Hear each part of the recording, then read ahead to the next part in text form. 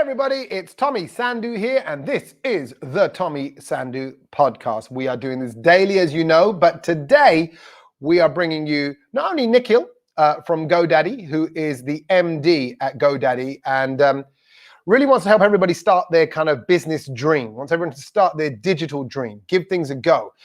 So we're talking to Nikhil alongside a superb musician, singer, composer, artist, producer of music, Salim Merchant, one half of Salim and Sulaiman Merchant. You'll know them for all the great songs they've done over the years. We're going to talk about all those songs in just a moment. But it was interesting to talk to him about how you turn an idea of a song into an actual one that's out there, how you make it work for the film, for yourself as an artist, similarly to how people will be approaching business ideas as well. It's a great chat. And of course, we kick things off talking about that famous game now from only a few days ago between India and Pakistan. I'm in Dubai at the moment. Nikhil and also Salim are in Dubai as well. They're at the game.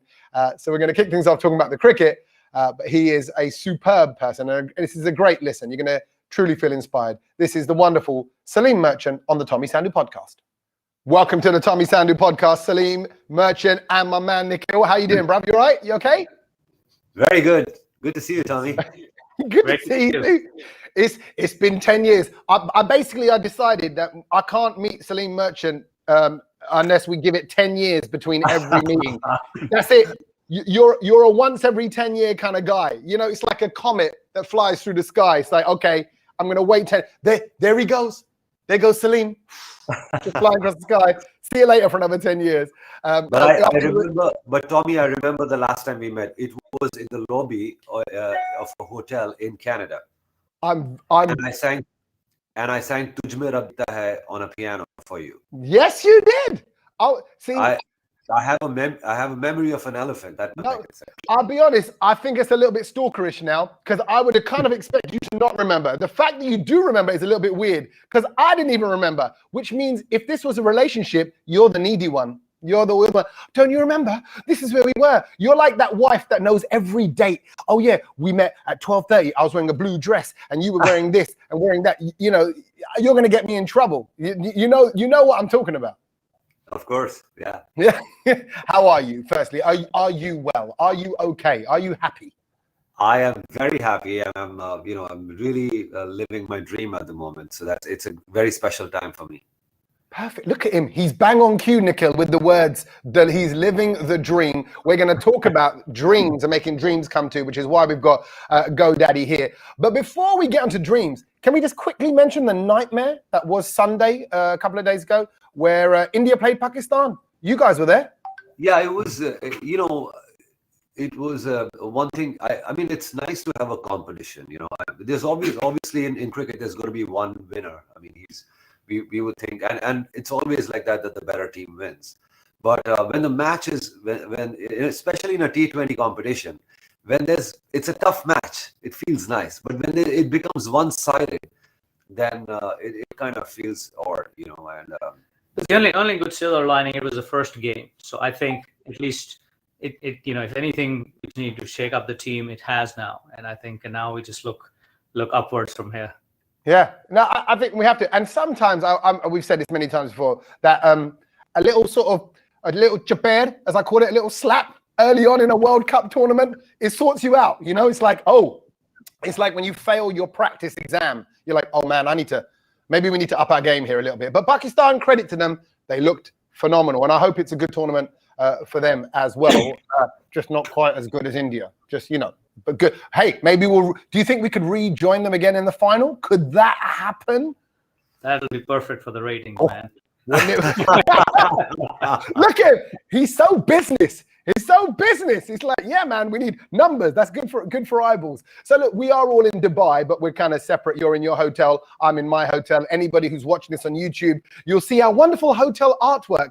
I've gone with the panoramic art selection here. I noticed you've gone with another one there in the background. It's wonderful. It's generic hotel art. We had to go for a smaller one because we had two of us in the room, and so yeah.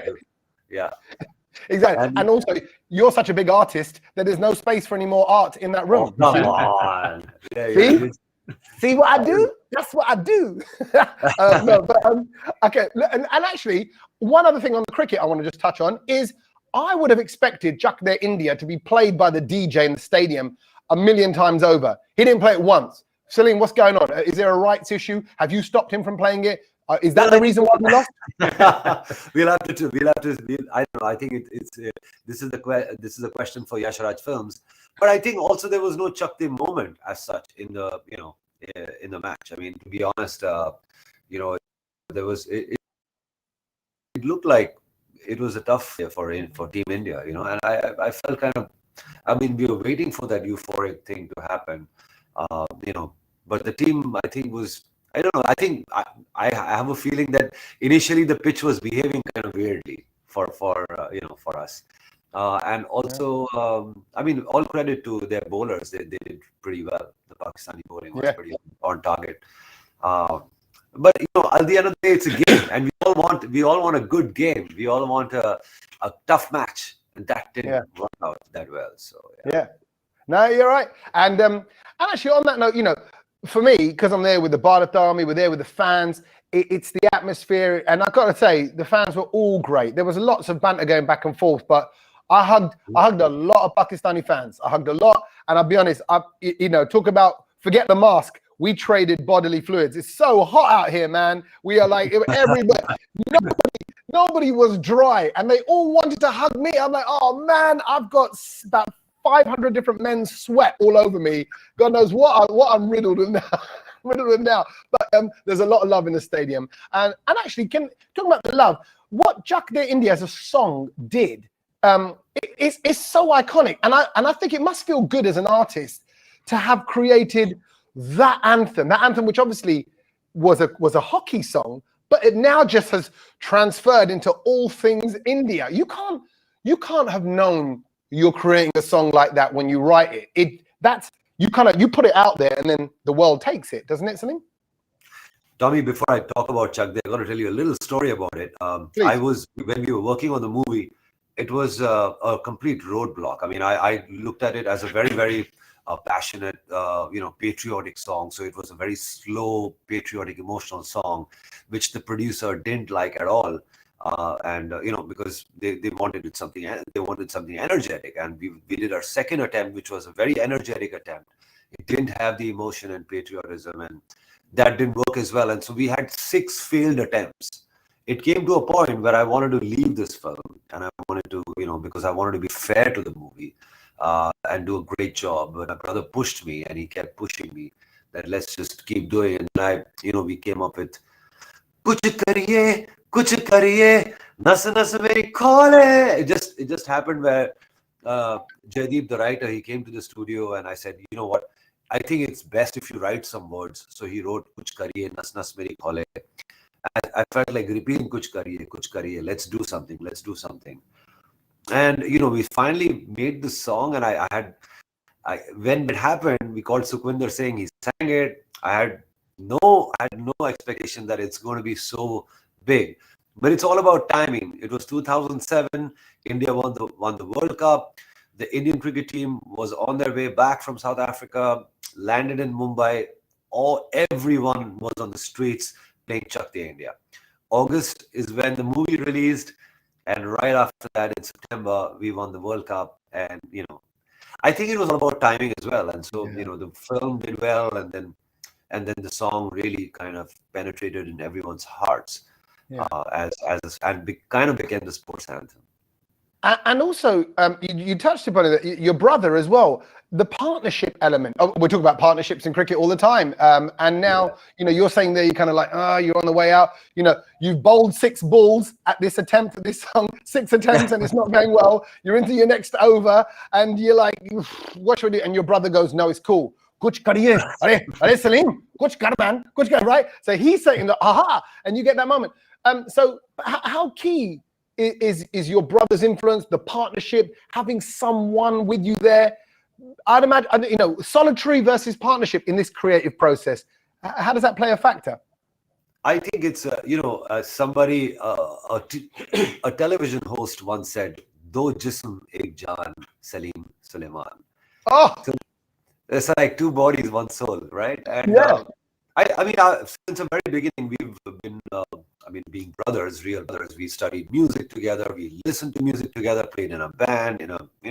So it's been like I mean, it's and also because I'm a more like in the melodic side, and he obviously studied tabla and drums, so he was more the percussion and the rhythm side. So it was a great synergy right from the beginning, and Yeah. we haven't stopped. It's going to be 30 years next year. Our first album came out in '92. Don't ask me my age, but Don't ask me anyway. No. No, There's two young guys on this one. So talking about age. yeah, yeah. No. I've worked it out. You started making music when you were 1, so that makes sense. I can do the maths. It's all right. But actually, Nikhil, let me just ask you there, because we talk about business, talk about partnership, we talk about having the right people around you. So many entrepreneurs, particularly artistic entrepreneurs, comes to mind. People like Kevin Hart, Dwayne The Rock Johnson, will say things like, "You got to have the right team. You got to have the right people around you. Surround yourself with positivity. Surround yourself with the people that are going to inspire you." Salim and Suleiman were born into the same unit, the same team. But how important is it having the right people around you and the way in which they can make a difference, Nikhil? Yeah, I mean, it's a very simple philosophy, right? You are just an average and sum of people around you.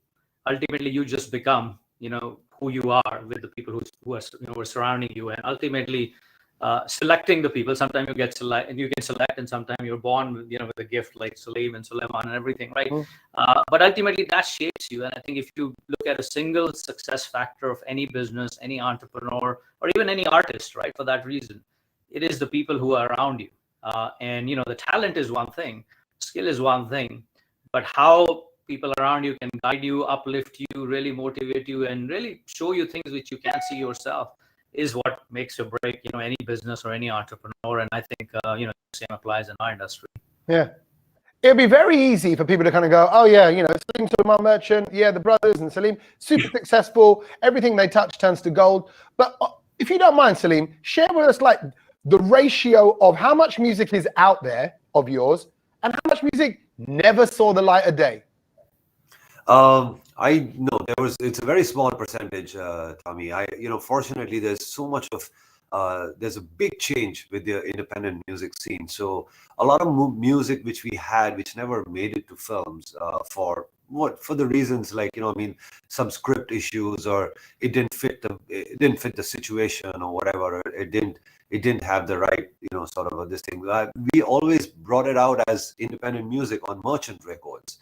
So last year we formed this label called Merchant Records, and every once a week we release a new song. It's not just by Salim Sulaiman; it's artists from all over. So a lot of our songs which never made it to movies, for the reason being that it didn't fit in the world of cinema or whatever, it came out as an independent song. And independent music is a very thin fine line between film and independent right now. A lot of independent music has been really doing fantastic, really well, especially during COVID, because no theaters were, on, and OTT doesn't really have so much love for songs. So a lot of independent music has gotten a lot of love from the audiences, which is a big thing. But you got to have that belief. And again, we're talking business, we're talking about people starting their dream, and you got to know. And when you hear, I get it, with kind of comedy or with presenting styles, or with shows, or with pitching TV shows and things like that. And you'll have, the exec of a label. In your case, the producer of a film or a director of a film says, "No, it doesn't work. That doesn't fit for me. No, it needs to be like this." And you're like, "Man, I'm the musician. I'm the comedian. I know what I'm doing here." Like that, it's got to be disheartening, even for you at that level. Kind of, you're being told, "No, make it more upbeat, make it more meaningful, make it more this," and you're like, sometimes, surely, Salim, you must be like, "These idiots don't know what they're talking about." I think film's a team effort. The director obviously has he's a captain of the ship, and he's the writer, director, and I give full credit to them. I mean, because they kind of brought us in their project, in their world of cinema. So you got to when you're making music for a movie, you're a film composer, and I'm very, very clear about that. When I'm making songs for a film, I actually work as as a music director on the project, for the project. You may be a fantastic composer, but if your songs don't go well with the script of the film, it doesn't go really well with the character, it doesn't make sense. Like, for instance, Rabne Banadi Jodi. I'm just going to give you a small example. I went and stayed in Amritsar for 2 days to just understand the spirit of the people there, and the importance of the Golden Temple, and of Darbar Sahib. And so it was important for me to go and live there for a couple of days, for 3 days, just to understand the world of Amritsar. Me being in Mumbai, which is a very different city, different vibe completely, and this entire movie was, especially the Sahib. I wanted to be in Darbar Sahib, understand the Golden Temple, to understand the spirit of that place, So things like that. I mean, like I made songs for Rabne Banadi Jodi which never made it to the film because they were not right. Till I actually went there and stayed there, and I figured the vibe of the places. And also, Tommy, just to add, I mean, I think feedback also in business, right? Feedback is a gift, but you can choose to process the gift in whatever way you want. And so all feedback is not constructive. There's something non-constructive, but it's still a gift, right? You can take it, but I think you have to train yourself to say what feedback you think will pass through your lens of objectivity and apply, and rest you just take it and leave it. I just think in retrospect, it's very easy to kind of say, oh yeah, that was a great idea, that was a great business idea. But when you're there in that moment, when you're creating your thing, whatever it is, if it's a business sense or in your sense, music, you don't know. Nobody can know whether this is going to be a hit, it's going to work. It might feel right to you, and everyone else, other people might not. So you go off and you took yourself into a different context. That's almost, well, Nikhil, would that be the equivalent of doing sort of market research, what Salim did there, going to Amritsar? Yeah, I think the first thing is your intuition, right? You always go with intuition and gut, and then I think what you do is you back it up with actual experience, or in business, sometimes it's data, and this is practical experience, right? So, we say, right? I mean, you need to be in your customer's shoes. You need to be out in the field to really understand the problem you're solving. In this case, he's creating a song, and there's no better way to experience and actually bring the heart by being there, right? And I think there's two ways, right? One can just sit in your room and create and think. The other is, no, actually let me get out there, and that's exactly why you see the magic of music he's created. Yeah, and actually talk about the magic and the spirituality of music. I mean, here we are in Dubai, and I heard the azan this morning, 5 o'clock in the morning. There's something special about it. It goes boom, it just hits you in your heart. And I also, having been to Amritsar, being Sikh myself, and I think there's something special about hymns and the chanting and sound. And don't you find there is something spiritual in great music? In all great music, it's beyond just a note, isn't it, Salim? I have something very beautiful. I just thought about it. I realized that the azan, ardas, and arti, they all start with the letter A. Right. It's the first letter in the English alphabet. And devotional music has been going on for centuries, and will continue to go on for centuries, because it's something that is, it's timeless. I realized this myself. I mean, a lot of our songs, like whether it's Tujhme Rab Dikhta Hai, or whether it's Shukran Allah, or whether it's Bismillah, or any of these songs, they all are love songs actually, but they have that slight spiritual touch in it, because of there's a mention of the Almighty in some way, or a supreme power, and that's what makes it timeless. Me and Sulaiman have always looked at making good music rather than and going after making hit music, because we believe that a good song will always turn out to be a hit song. It'll have that timeless quality. What is it though in that there's almost like, I don't know, I can't even pinpoint it because I don't have the musical knowledge that you do, but there's almost a certain sound which makes you kind of feel a little bit sort of like a little bit dizzy and faint, like there's certain, and Shukran Allah has definitely got it, and there's certain tones of, and it might not even be vocals, it might be an instrument, it might be, and you go, oh geez, what is that? It's like, ooh, just what is that? How do you describe that? Or is it just me? No, you're very kind. I think it's a combination of the vocals and even the words, of course, the words make all the difference. And the beat is very happy, and it has a very spiritual, positive vibe. Even though it's a love song, it has something which is which has a timeless quality. And I think it's the word, it's the whole phrase of Shukran Allah Wala. It just has a very devotional touch, and that's what it is, Tommy. What devotional music does to, it just makes it timeless. Yeah. So just by infusing that little devotional touch to a love song, kind of makes it timeless. Yeah, it's hard. It's kind of go, hey guys, let's get together, listen to some devotional music. It's like, yeah, you're all right, Tom. It's like it's going up. No, it's going to be amazing. Like, but it just has to hit you at the right time. And talking about getting together and making music, tell me about Bhumi. What is Bhumi? Why have you done it? And what are you hoping to achieve? So in 1998, we were traveling all over as musicians, and I used to travel a lot to London actually at that time. Where? What do you remember about London? Where did you used to go? Edgware Road. Nice. Do you like a shawarma? Do you like your shawarmas then? Of course. And then I also used to do a lot of at that time Virgin store. The oh yeah. Yeah. And I used to go and pick up a lot of CDs and, going to the classical section and, always looking at Indian music. And there was only Indian classical, and I would like to listen to all kinds of folk music. So whether it's Spanish folk or, African folk music or Irish folk or whatever. And I never found an Indian folk CD there.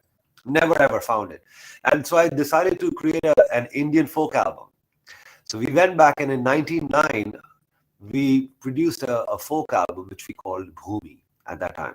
And these are folk songs from all over India, which we actually mixed and mastered at Peter Gabriel's studio in Bach, in Chippenham. And we called it Bhumi. After that, we got so busy in the movie scene. In 2018, we decided to do a full circle and come up with Bhumi 2020. So in 2020, we did Bhumi once again. And this is a movement. It's not an album. It's a movement where we want our audience, we want our people to connect with their own tradition and roots, their history, their culture, their music. Our music has so much depth when it comes to folk, thumris, classical bandish, so many different traditional folk forms, bhajan, kirtan, naat, the devotional side.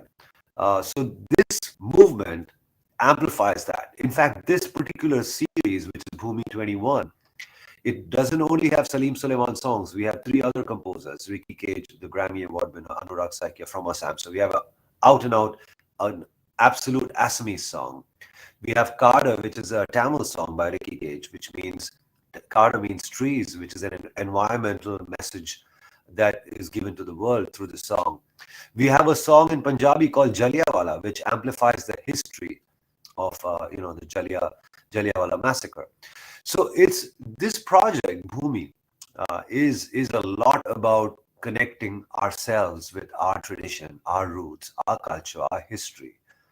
And it's become my dream project because I want to somehow, bring in the entire world to understand our music in a much more deeper sense, and not just Indian, not just Hindi, but like covering all languages and diversity. Okay, if you don't mind, let me play slightly devil's advocate here. Obviously, I'm sold because I love that sound, and it's so funny talk about folk music. My 4-year-old is obsessed with the Wellerman, which is an Irish folk song, and it's like it's an odd, peculiar little rhythm, but loves it. He goes, put that on again. I think, there's something in folk music that just knows how to connect, and again, that thing that we were speaking about that just gets you. But here you are taking it back to the roots, back to the folk basics, or taking it back to tradition. Whereas I could say, Salim, it's not going to work. We've got to think progressive. You've got to think TikTok friendly. You've got to think about these kind of a song that people are going to share on their reels. But you're going back to kind of an old school tradition. What makes you think it's going to work, Salim? I think, Tommy, my experience has always been making good music always works. you know. I've always liked gourmet food. You know, I'm not such a fast food eater, but gourmet stays on forever. Fast food like comes and goes. And you know what I'm talking about. The music that I'm listening to right now, I feel it's, you know, it's good to like dance to. It's good to like, and we are making a lot of dance tracks as well in Bhumi. But they all have a classical background. They all have a Bandish background. They have folk colors. They have traditional colors. And you know, and that's what gives me a lot of joy. Like our latest song by Sunidhi Chauhan is called Ghar Aana, which released just yesterday, and it's part of Bhumi 21, and it's very euphoric. You can dance to it, you can out to it, you can cycle to it, but it's got shades of Indian classical Bandish, which is so beautiful, you know. And it's a romantic song called Ghar Aana, which means come back home. And you know, and then the last week we released a song called Jare, Jajare, which is a 17th century Bandish again by a composer called Sadar back from the Mughal times. And that's sung by Vishal Dadlani and Sattar Khan. Sattar Khan's a folk singer from Rajasthan, and Vishal, of course, you know. So it's got this whole folk and rock kind of vibe, which is really beautiful. And I'm loving this, you know, going down deep into our roots and our tradition, and sort of giving it a sound of the now, and you know, making it. Yeah, I'll tell you what also will make where I'm chiming, right? Because we partnered with the Bhumi 2021 GoDaddy, and I think, you know, just applying the commercial, because that's your question, was like there is a creative and, you know, the richness of the culture, but then ultimately it needs to be discovered, and it needs to be, you know, people need to obviously see it and see commercial value in that, right? And you know, with GoDaddy, I think, you know, one of the things we proud ourselves is, you know, to really get the creators' work out there. And you know, when we are putting the power of online presence and power of really you know, digitization behind this to the roots of the country, right? When you look at certainly like India, where tier 3, tier 2 towns are now adopting technology much faster than that, right? I mean, now one connects, because ultimately to connect to, you know, to consumers, you need this, your own culture, your own richness, and this folk music is really what connects that. And so we are very proud to be partnering and really putting it out there. Yeah, and actually on that note, Nikhil, just tell me a little more about because again, as a proud Indian, British Indian, whatever you want to call myself around the world, and there's a lot of Americans and other people that will be listening, you know, what is happening? How quickly is that change coming now in India? How quickly, you say about technology and those tier 2, tier 3s, what's going on, you know, over there? Yeah, so, you know, there are more number of entrepreneurs coming from non-English speaking towns of India. Like if you look at the next 200 million internet users, they're all non-English speaking internet users who are going to come from India. So the hunger to be successful, become an entrepreneur, be an individual, you know, freelancer is happening there, because, you know, now with this kind of last 1.5 years of COVID situation, the walls have been broken, right? The walls of the world have been broken because everybody's sitting in their rooms and connecting and talking and doing business. And so the tier 2, tier 3 towns had a disadvantage before, because the bigger towns would always tell them, no, you have to come to us. Now nobody has to go to anybody. You can be sitting in a village, you can be sitting in, you know, in the pan wala shop or a chai wala shop or whatever you make me, right? I mean, and so we are seeing 50% of our new customers coming from tier 2, tier 3 towns. We're seeing, you know, almost non-English speaking adoption, you know, at the highest rate. And then thirdly, I think just the fact that the opportunities these guys are creating, because they're thinking more out of the box. Like you talk about TikTok, right? More adoption happening there than actually in any other part of the world. Yeah, and actually, you touched on you touched on the change and all that happening all the time.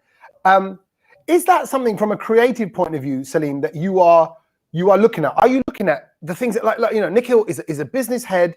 I've always loved business entrepreneurs, and I love looking at kind of trends and the way the world's changing, particularly with technology and how lockdown has changed the world forever.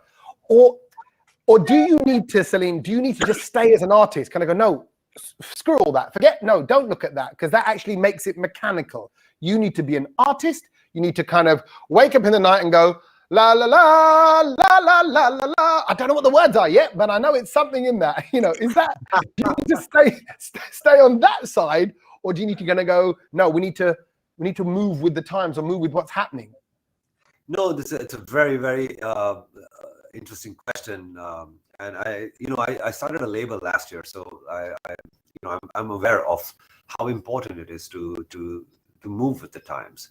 But at the same time, keeping your integrity, musicality, your sensibilities intact is very important. You can't just sway away because the world is going in that direction. I mean, it's very, very important for you to be who you are, to stick to your identity, and that's how you will always continue to be unique and different.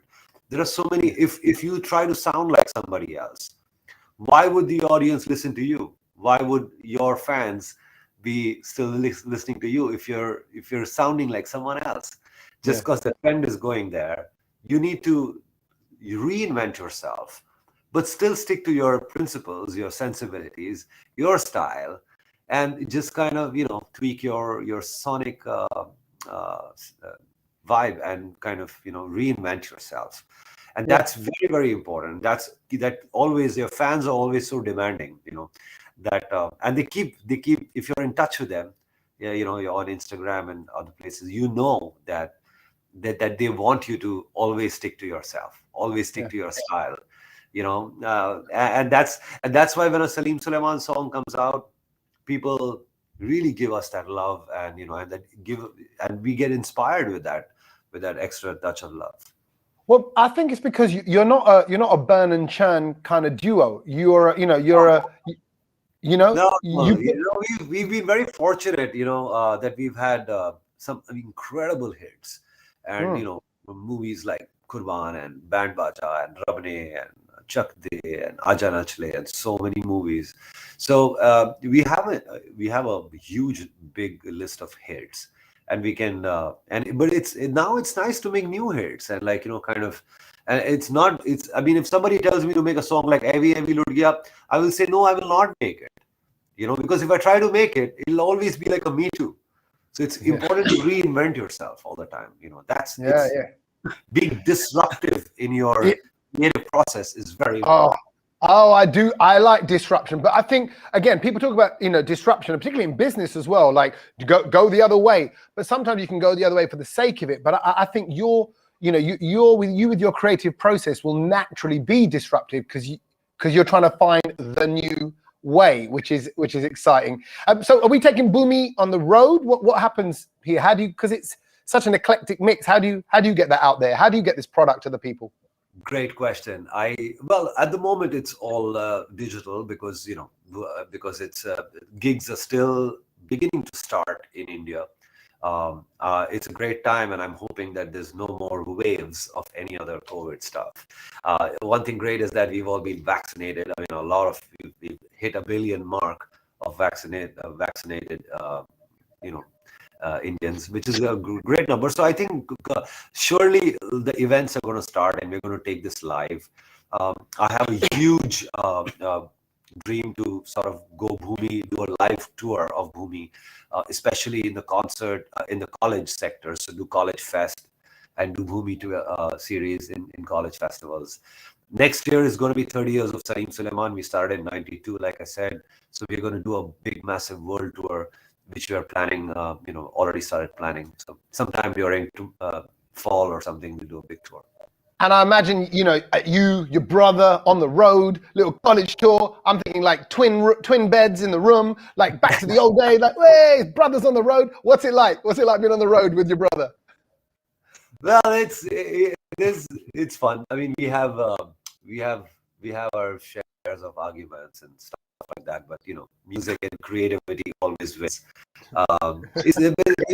We also like to kind of once you're touring, it's always very hectic. There's always meeting friends, talking more, speaking of collaborations, the road ahead with business and all that. And now we not just artists, we are a label as well. So there's a lot that we do as a label. Does he get jealous? Like, oh look, how come you hang around with Nikhil so much? Like, what happened to us? I saw you on Tommy's. I saw you on Tommy's podcast with Nikhil. Well, why is he coming onto the scene so much? Nikhil, are you stealing Sulaiman's thunder here? No. Sulaiman is a great guy, and I think I think there was a story, right? I mean, talking about brothers, isn't it? You guys had a fight when you were children, and Yeah, it was like, I think 1 year you didn't speak, or I forget. 3 years. 3 years. We didn't speak for 3 years. Yeah. At what age? How old were you when that I happened? think I was 10 or 11, I think, and he was like 13. God, how stubborn are you? Jeez. At that age, what was the argument over? Was it a girl? Well, Was it? You know, What- it's exactly like looking at the India-Pakistan match. I mean, you know, the good side is there's always there's the positive thing is the way up. And Yeah. that's what happened to us. You know, we didn't speak for 3 years, and you know, look what happened after that. It's been 30 years that we've been making music. So I agree. And actually, on that note, so I'm going to quickly touch on this because there is a business connection here. I think the best people to work with are the ones that you can kind of fall out with and go, and then get on with. I think if you can always get over that whatever that issue is, that's key, isn't it? To stand the test of time. It's those that are going to go, well, it didn't work. We argue, and that's it. But I think the best relationships, you always need to clash a little bit now and then. yeah, no pain, no gain. There has to be some kind of even Yeah. pyar. The word pyar has takrar. There's no takrar. There's no pyar. I love it.